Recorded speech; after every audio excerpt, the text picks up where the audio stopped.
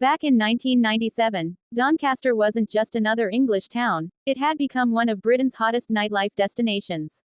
Legendary clubs like Visage on Silver Street and Charisma on Duke Street were packed every weekend. Clubland anthem, Children of the Night, echoed through massive sound systems as crowds danced until sunrise. For many young people, these clubs represented something much bigger than music. They were an escape, an opportunity to forget everyday struggles. A place where anyone could reinvent themselves for a night. Writer and actress Danielle Phillips describes the atmosphere as pure freedom. People weren't just going out to party, they were searching for connection, excitement, and a chance to become someone different under the flashing lights. Looking back, many remember those nights with deep nostalgia. But every golden era has its shadow. When everything changed, not long after Doncaster's nightlife reached its peak, local health officials made an announcement that stunned the community.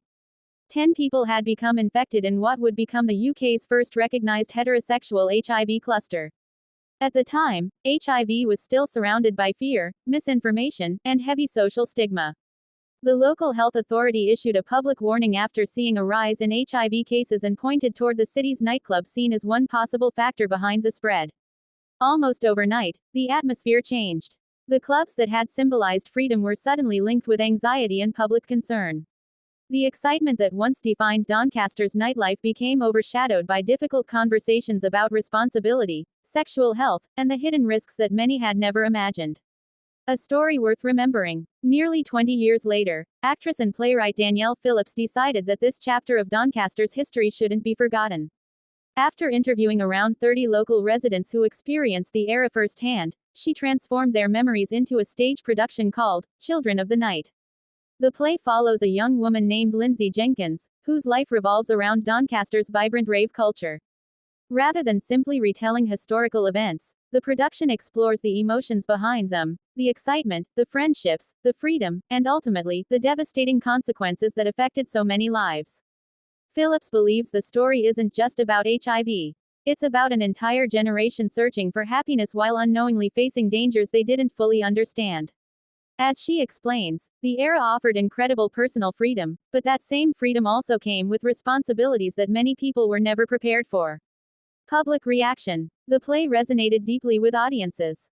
Many former club goers saw their own memories reflected on stage, describing it as both nostalgic and heartbreaking.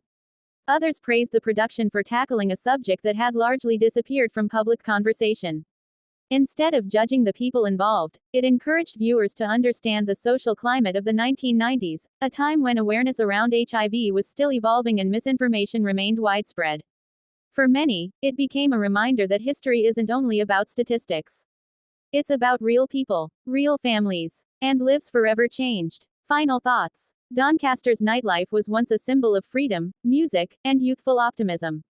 But behind the unforgettable nights was a painful chapter that continues to echo decades later. Today, Children of the Night serves as more than just a play. It's a tribute to those who lived through one of the most unexpected public health stories in modern British history, and a reminder that every generation must balance freedom with responsibility. Sometimes, the brightest lights cast the darkest shadows.